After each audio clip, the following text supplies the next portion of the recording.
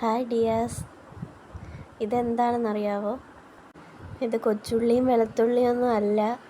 ഇത് ജാപ്പോണിക്ക എന്ന് പറയുന്ന വാട്ടർ പ്ലാന്റിൻ്റെ കുറച്ച് വിത്തുകളാണ്. നമ്മുടെ ഉള്ളി പോലെയൊക്കെ തോന്നും ഇത് കാണുമ്പം തന്നെ. നമ്മുടെ താമരയും ആമ്പലും ഒക്കെ പോലെ തന്നെ ഇതും കുറച്ച് നാൾ കഴിയുമ്പോഴത്തേക്കും ഫ്ലവറൊക്കെ സ്റ്റോപ്പാവും. അങ്ങനെ ഒരു സമയത്ത് നമ്മളിതെടുത്ത് നോക്കുമ്പോഴത്തേക്കും ഒരുപാട് ബൾബുകൾ ഇതിൽ നിന്ന് ഉണ്ടായിട്ടുണ്ടായിരിക്കും. ഇത് നമ്മൾ നട്ട് വയ്ക്കുമ്പോൾ പുതിയ പ്ലാന്റ് ഉണ്ടായി ഫ്ലവർ ഉണ്ടാകും. പക്ഷേ അങ്ങനെ ഫ്ലവർ ഉണ്ടാകുമ്പം ഞാൻ ഇതുപോലെ നട്ട് വെച്ചിട്ടുണ്ടായിരുന്നു. അപ്പോൾ 2 ടൈപ്പ് ഫ്ലവർ ആയിരുന്നു എനിക്ക് കിട്ടിയത്. ഒന്നൊരു യെല്ലോ കളറും ഒന്ന് നമ്മൾ സാധാരണ ജാപ്പുണിക്കയുടെ ഫ്ലവറാണ് കിട്ടിയത്.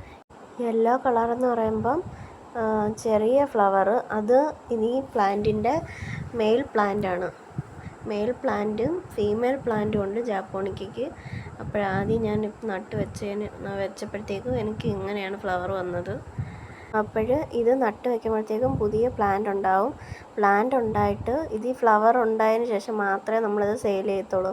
ഫ്ലവർ ഉണ്ടായാൽ മാത്രമേ നമുക്കറിയാൻ പറ്റത്തുള്ളൂ ഇത് ഫീമെയിൽ പ്ലാന്റ് ആണോ മെയിൽ പ്ലാന്റ് ആണോ എന്ന്. അങ്ങനെ അത് നോക്കിയിട്ടേ നമ്മൾ സെയിൽ ചെയ്യാറുള്ളൂ.